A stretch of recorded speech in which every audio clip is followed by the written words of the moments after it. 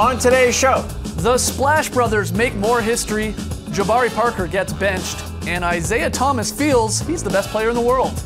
up down on LeBron playing in 2020, the Bulls making a deal, and TD's Slam Dunkin' cereal. Get in my belly! And CJ Watson gives us a classic whoopsie as we round up the NBA weekend's best bloopers. It's Monday, January 23rd. The starter starts now! Now!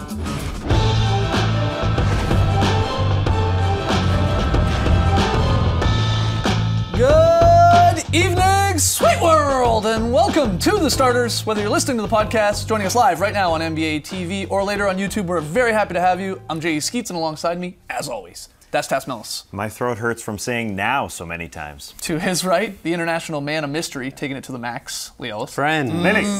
Lily, and last, certainly not least, over there, it's the little beard, Stray Kirby. Hey-o! Hey-o! TK, what do you got, man? Well, I'm here at the internet looking for your best tweets at #TheStarters. And guys, the Philadelphia 76ers are balling right now, winning 6 of their last 8, and no one in the league is having more fun than Joel Embiid. And no one's having more fun online than Sixers fans who have celebrated this hot streak in a most peculiar way by raising their cats to the sky and tweeting out #RaiseTheCat. It all started because Ben Simmons was showing off his cats on Instagram, and Sixers fans really just ran with it, which brings us to today's question, which actually comes from @DaddyKleinbucks on Twitter, who asks, what animals should other teams raise to celebrate a victory? And since Andre Drummond's nickname is the Big Penguin, I'd like to see Pistons fans start tweeting out #pick up a penguin anytime their team wins. Might be hard to find a real penguin, but trust me, there are stuffed penguins out there. I've seen them. Nonetheless, we want to hear from you, so let us know on Twitter, what animals should other teams raise to celebrate a victory? Send us your best tweets to #TheStarters, and we'll hear from you later. All right, can't wait to see those answers. Especially if you got a penguin hookup. That's right. Okay. Let me know. Fun show tonight. We got the Up-Down Report. We've got a whole bunch of weekend whoopsies, and we may have as many wedgies to take you through. It was a good weekend for Can we get wedgies. straight to them right now? Straight to the wedgies? No, we'll save it. All right, but first, let's play a little Is This News? Trey's rounded up some recent NBA headlines. He's going to pitch them to us, and we'll determine whether or not they're actually newsworthy. Trey, first headline. All right, our first headline comes from the AP, and it reads, Curry, Thompson each hit 7 threes. Warriors pull away from Magic. Is this news? Yeah, they played on a Sunday at 12 Eastern. That's 9 Pacific time. They played the That's Magic. early. Time Oh, no, news. that's early. 9 for a basketball player. Yeah, that's no, it is, sure. Draymond Green said his bus came at 9:30 to pick him up. That's 6:30 Pacific time. They haven't played that early. They haven't played that early a game in 20 years. Yeah, that is wild. But that's not the news. Probably a different team, though, back then and 20 years ago. Yeah, that's 100% true. The news is this Warriors team is streaking into the second half Right. of the season, that they're on pace for 70 wins, that they're first in offense and first in defense. I mean, we all expected them, obviously, to get better, but not to be this great this soon. Considering that they didn't have their normal preparation, Steph and Clay went 14 for 22 from downtown. So They should play more early games, exactly, is what it sounds like to me. Like sometimes it's like maybe that preparation is too much. Just get out there and play and just let your natural game take over. But you're right, the Warriors right now have really found their groove, especially on the defensive end, because early on their defense was lacking compared to last year. Big difference has been Kevin Durant. He has been incredible on defense. The Warriors have just really found their groove. Yeah, and this has been an unbelievable week or stretch here, whatever you want to call it, for the Warriors, because they beat LeBron's Cavs, Westbrook's Thunder, Harden's Rockets, and then whoever's Magic it is on the Magic. But it's like that's not important. It's just they are at a time when teams sort of struggle. You know, they start to lose focus maybe as you get closer and closer to the All-Star break. They're doing the exact opposite, and they're playing their best basketball of the season. And you pointed out Durant, obviously been unbelievable. He's going to be in an MVP running. I think what Curry's been doing in the month of January is fantastic, because we were talking for months, well, maybe he's not shooting enough, he's not involved enough. He is putting up numbers, his usage rate in terms of January, to what he was doing in that MVP season last year. And those stats coming from James Herbert at CBS Sports. So that's a good sign that Curry's just a little more involved. And maybe it helps that Curry and Durant are playing more minutes there together. They're trying that out. So this is unbelievable. Again, they're on pace for 70 wins again. Yeah, which is bonkers. Yeah, the question was, would they go for 70 wins when they Right. entered this season? But it's almost like they're just going to hit it by default because they're winning Yeah. basketball games. They're not going to have to try to go for it. They've just somehow got this good this quick. And we mentioned the Curry and Clay numbers, which have never been done before. A pair of guys have never hit 7 in the same game more than once. Right. We're talking about the best shooting duo in the history of the league, right? Which is kind of weird that it's only happened once before for those two guys. You would have figured it just would have happened. They've played basically the whole But that's how careers good they together. are. They make 7 made threes in a game now sound low. Yes, and not only exactly. them, I guess the way the NBA is played now, because we have so many great shooters, but like, I remember when we would go bonkers for 7. Yeah, like, years ago we would think that's unreal, and now 7, it's almost normal for guys as good as they are. And one thing to point out about their defense, they're great at the rim. Obviously, they've got the #1 ranked defense, but they're actually the best team guarding the perimeter as well. Right. Lowest opponent three-point shooting percentage, which is great. Obviously, that's what you want to do. 31.6 opponents shoot. That's almost 2% better than the next team. That's incredible. I know those are just a bunch of numbers, but that is a great, great thing for this team going into the playoffs. All right, Trey, next headline. All right, our next headline comes from ESPN, and it reads, Bucks Jabari Parker comes off bench as punishment. Is this news? Well, this is news. This is news because these players-only meetings happen pretty much every year. Several teams have them. And what do we expect happens in them? A bit of shouting, a bit of name-calling, a bit of pointing out, but it's supposed to stay indoors and no one's supposed to know about it. In the locker room. Jabari was asked about it. He just said that he spoke up. Other guys kind of thrashed him, I think is the words he used. Yeah. And the team felt that he wasn't supposed to share that with the media. Right. And so they decided to bench him as a punishment. Not a major punishment, but it's also a sign of like, hey, what happens in behind closed doors is supposed to stay there. So you have no problem with the punishment? No, I don't think so. I think If it's a team rule, that's right. and you broke it, and they put it to the players. By the sounds of it, they sort of put it to the players and the coaches of whether or not this was, the right type of punishment for Jabari. And you've got to be careful to not punish the whole team as well, because they're on a bit of a rough patch right now. And so they need their best players, and he is probably their second best player right now. So I think it was more like, okay, Jabari, going forward, when we have those meetings, just keep them in-house, and that's all that happens. Small punishment, let's forget about it and move on. Didn't work anyway because they lost the game. See how they've lost 5 straight now. I'm fine with it. I think Jason Kidd's just trying to build a locker room, some camaraderie. And Jason Kidd has been known to do this with his guys. He sat Giannis Antetokounmpo a couple of years ago for no particular reason. He didn't tell anybody. He didn't want to let anyone know. This is April 2015. Giannis sat out. Jason Kidd was asked about it. He said, nah, I don't want to tell you. Isaiah Thomas works with us here, obviously. An NBA champion has told us before that and told everyone before that it's not about basketball. And I think that's what Jason Kidd is trying to do. He said the secret is not about basketball, is what Isaiah Thomas said. And I think that's just what Jason Kidd is doing with this team, is that he just wants to make it a better locker room. And I think I'm okay with that. I think he just wants to bring people together. You don't go and tell everybody our business. Let's just figure this out for ourselves. Jabari is asked the question, though, from the media, and I guess what the Bucks and Coach Kidd would want him to do is just sort of give the generic, right, we're trying to work things out, we'll move on type of answer, where he didn't, where he expressed frustration. He was honest. He was honest. And it cost him. And that's what's funny, reporters and the media and all of us, I mean, we want the players to be, totally open. Whereas teammates, they don't really want that, because you said it. They prefer that just to sort of stay in the locker room and don't. You make more of a headache in some situations. People are going to start like asking more about it, especially if you keep the losing keeps up. That's exactly right. And then the headlines get a little crazier and crazier. Oh, there's a rift between Jabari Parker and someone. It's all that. It's supposed to be like a family. You don't give out your family biz. Well, let's hope they just pick up a win if you're a Bucks fan recently. Here, all right, Trey, final one here. Our final headline comes from Slam Online, and it's based on a quote from the Ringer NBA show. It says, Isaiah Thomas, quote, I feel like I'm the best player in the world. Is this news? Yeah. No, it's not. No. And then the rest of the quote, which gets cut off, obviously, that's just the work I put in. If you don't feel like that, then you're cheating yourself. That's right. You could add it, Yeah, you could poll 300 NBA players. I'm obviously making up a number here, but I feel like a very high percentage would say something similar. At least, of course, when you're talking about all-stars, which Isaiah Thomas is and will be again for the second straight year.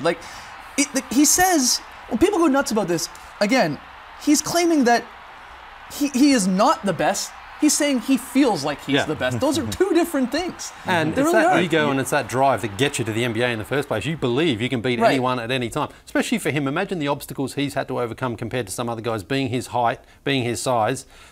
Every single night he goes out there, he's got to face someone usually bigger than him by a few inches. He goes out there and he's having an incredible season. Why wouldn't he feel like he's having the best season and feels like he's playing the best ball of his life? Do you think he's the best player in the NBA?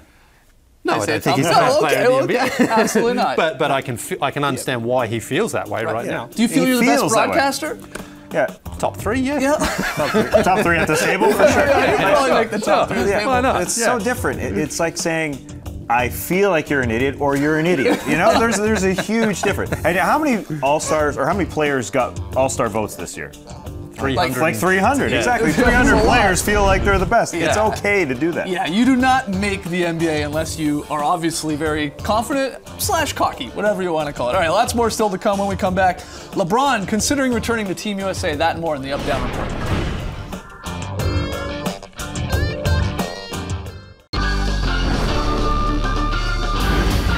Back with the starters, right into the Up Down Report, where the four of us figure out where we stand on some hot button NBA topics. Ask you to do the same along on Twitter. Hashtag the starters, thumbs up, thumbs down. First one, guys, the King might make another run at Olympic gold, and it's all because of Greg Popovich. LeBron said that Pop taking over as coach of the U.S. team will influence his decision on whether to play in the 2020 Tokyo Games. It factors a lot, Bron said. He's just a great mastermind of the game of basketball. So, are you up or down on LeBron possibly returning to the U.S. Olympic team? Oh, yeah. Yeah, it's Yeah. tough to be thumbs down on this one. Yeah, there's always a legend spot on Team USA. In 08, it was Jason Kidd. In 12, it was Kobe. Last summer, it was Carmelo.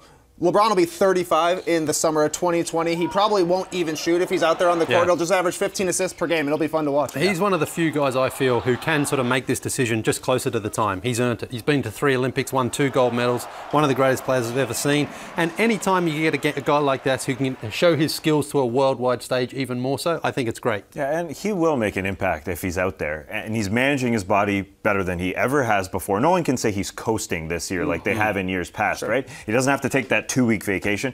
He looks incredible. I'm sure he feels incredible. I have no idea, me sitting here, but it feels that way, right? Yeah, I actually think he will do this, especially what we saw on Saturday night, which was Pop, I guess, sort of needling LeBron a little bit, and we have a clip. Hey, I didn't get to congratulate you guys on the championship. Oh, thank you. Great job. And the gold medal, you weren't there. Only you, congratulations on the gold medal. The gold medal, you weren't there. Already Maybe working on him. 2020. That's perfect, See? Pop. Yeah, just like sowing a little seed there, just saying. Yeah. But you're absolutely right. Maybe it depends on, like, is LeBron still going to finals in 2020? And that was a huge reason he sat out of Rio. Obviously, won the championship and the toll it took on his body and wanted to rest up. So 6 straight, that would be, this year would be 7, 8, 9. That would be after 10 straight NBA finals. Jump into another Is it that Olympics. far-fetched? No. Not really with No. him. All right, moving on here. It appears as though the Bulls front office is looking to shake things up. According to the Chicago Sun-Times' Joe Crowley, the Bulls have been shopping guard Rajon Rondo and forward Nikola Mirotic in hopes of bolstering the roster and making maybe a second-half run here in the East.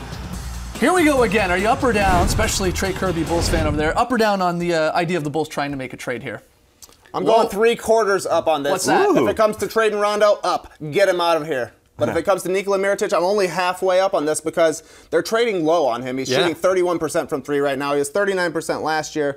Trade him when he's shooting a little bit better, because the sad thing is the Bulls actually need his bad shooting. He's a shooter who's not knocking down shots, but at least he takes them. Nobody else on the Bulls does. I was really surprised that they're shopping him because he did have a good season last year. He has been a little bit up and down this season, but that's been the whole Bulls as well. I think this guy has got a long future in the NBA. I wouldn't get rid of him and give up on him just yet. He's 30th ranked, apparently, Lee, Yeah. at the power forward position in That's the league. fine. He's Give him been, time. like, and I'm talking real Yeah. plus minus out there. Yeah. He's really streaky, right? He has Yeah, he games is. where he really helps the Bulls with a three-point shot, and then he is at times just obviously not great defensively out there, and sometimes just goes cold. But look at the Bulls as well. I mean, how their season started. They looked good early on. Now they're really struggling. It sort of mirrors Mirotic. The season. Mirotic, nice. Well done. All right, final one here. Last week, H-E-B released their latest Spurs commercial featuring now retired Spurs legend Tim Duncan. In the new spot, it's for cereal. TD has a little bit of a focus group. Here's a clip. Okay, so on a scale of 1 to 10, how would you rate this new cereal? Isn't Duncan spelled with a K? No, it's with a C, like my last name. Why are you so tall? My parents? Wait, is one good or bad? I'm starting to miss basketball. H-E-B Slam Dunkin' O's. Available for a limited time only. So here's the thing. I'm not going to ask you whether you're up or down on the commercial. We actually have the Slam Dunkin' O's right here, sent in, I believe from Austin. Shout out to Audrey Bree's mother, who made sure we got these. So I want to know whether you're up or down on this actual cereal, the Slam Dunkin' O's. It's a Honey Nut Cheerio Yeah, it's got some bad. chocolate. with some chocolate. I'm up. It's like half Honey Nut Cheerios, Whoa. half Cocoa Puff, I would say. Big time Yeah. up. Like Cocoa Pebbles. Like Bam Bam. Give me some more of these. Someone do that. What was that? What was the meme going on where someone... It's a pretty strong endorsement when Trey Kirby gives your cereal the thumbs up too. He is a cereal guy, so great. Thumbs up, way to go, Duncan. Your cereal's great. You did it. You must be unhappy though. The chocolate might be a little unhealthy. I don't like all the sugar in there, but for a once-off, it's not bad, you know. Here, I'll grab the chocolate. All right, well, please nice do. late night treat for sure. We'll take a break, but after the jump, lots more still to come here on the starters. We'll down this cereal, and CJ Watson shines in a brand new edition of NBA Weekend Whoopsies. Don't go anywhere. This is legit good. This is good. I'm finishing my bowl.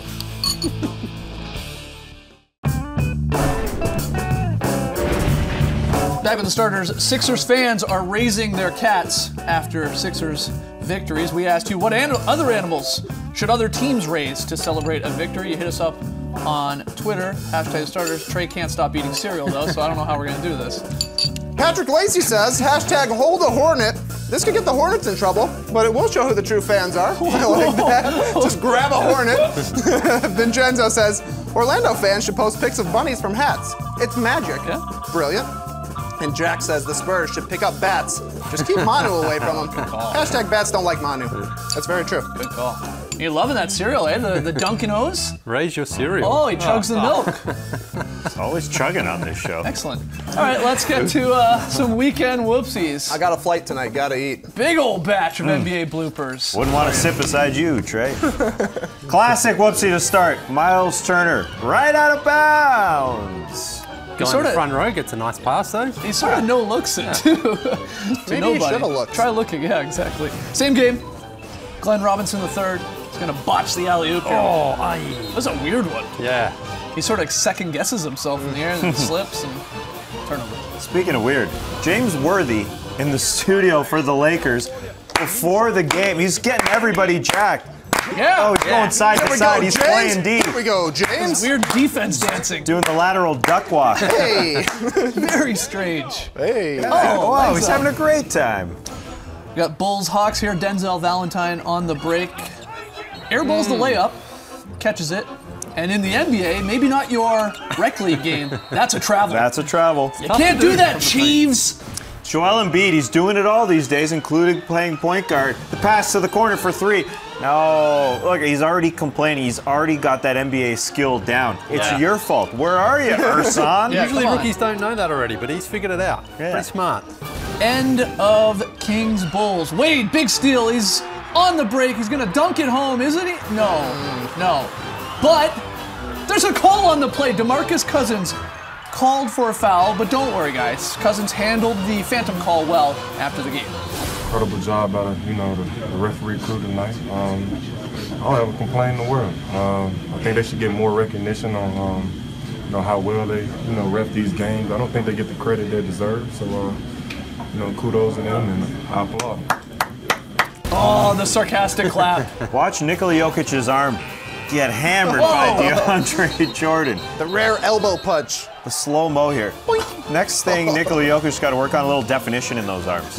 Richard Jefferson was mic'd up for Saturday night Spurs-Cavs game, and he didn't disappoint. I might go between my legs right now. I'll go between my legs and dunk that shit. Never done it before in my life. All right, here we go. Go get it, RJ. Wait. Good layup, though. That's a dad joke there. Yeah. Beautiful. Shumpert didn't sound or feel too impressed with that either. He's like, through your legs, big deal, man. CJ Watson, not so good here. No. At least he didn't fall over like Sam Decker. It's true. Right? Good point. Look on the bright side of things. Eric Bledsoe was on fire against the Raptors on Sunday. So much so, in fact, that the ball was just literally slipping out of his hand and going in here. He had a good laugh. He's like, that just actually fell in my hand. But went in, 2 points. Baby Nogueira of the Raptors, watch. Earlier this month on the left here, drops his shorts to tuck it in during a free throw. It worked. Then last night, as he's starting the game behind Devin Booker here, does the same thing. Except he's got black tights, I guess, this time. He switched it up. Yeah, switched up. But he's a professional. He comes in tucked in. That's right. Sticking with this game. He's untucked. Rough night. It was a rough night for Brandon Knight. He got popped in the head there by Lowry. You're out of here, Kyle. Flagrant 2. And then, when Knight goes to the line for the technical, he gets popped in the chest, sort of neck there. Suns rookies Marquise Chris. A beautiful dunk. How's that a whoopsie? And wow, look at that. Look at that dismount. We're going to roll right out of whoopsies with this one. Yeah, that's nice. Oh, it's smooth. Top 10 play and a whoopsie all in one. Great Some stuff. great news here. What's that? We had a lot of wedgies. Oh, yeah. Yeah, baby! yeah! We had 4 wedgies this weekend. Over 3 nights of basketball. It's incredible. Starting on Friday night. All right. Luis Scola. Great to say that name again. Sticks it. Number 22. Oh, yeah. That is And number soft one. 22 on the season. Yep. Here comes Wesley Matthews. Overtime.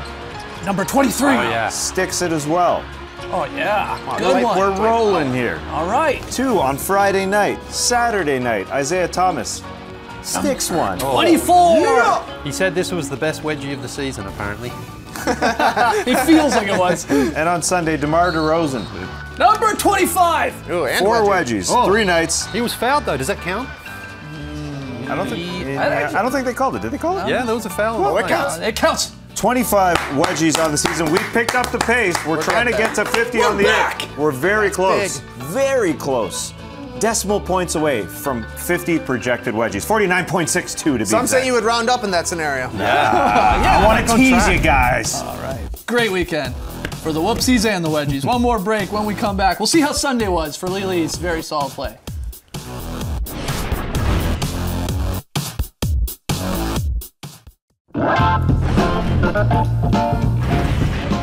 Friday nights, pick and play results. It was the Hornets and the Raptors. Raptors are on a bit of a slide here. Hornets get it done. Huge win for Trey. He Don't is call it a comeback. technically still alive in our pick'em play because there's a payoff at the end of it. Whoever's in last place at the end of January has to do something either gross or scary or weird like that.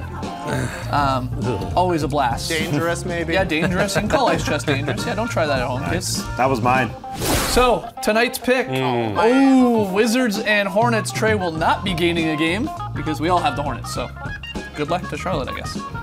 Lee, where are we going for VSP? man? Minnesota, where it's the Serbian Marc Gasol, Nikola Jokic with a slingshot. Oh, that's yes. awesome. Oh, one. that is a gorgeous pass. Here it is again. Look at this. Just yoinks it down there. That's Nice solid. finish from Jamal. That's what I call a very solid play. That's how they teach it. He's going to be in a whole lot of VSPs. I think, the way he every pass passes. almost is a candidate for him. You're right. All right, guys, tomorrow morning, 11 a.m. Eastern.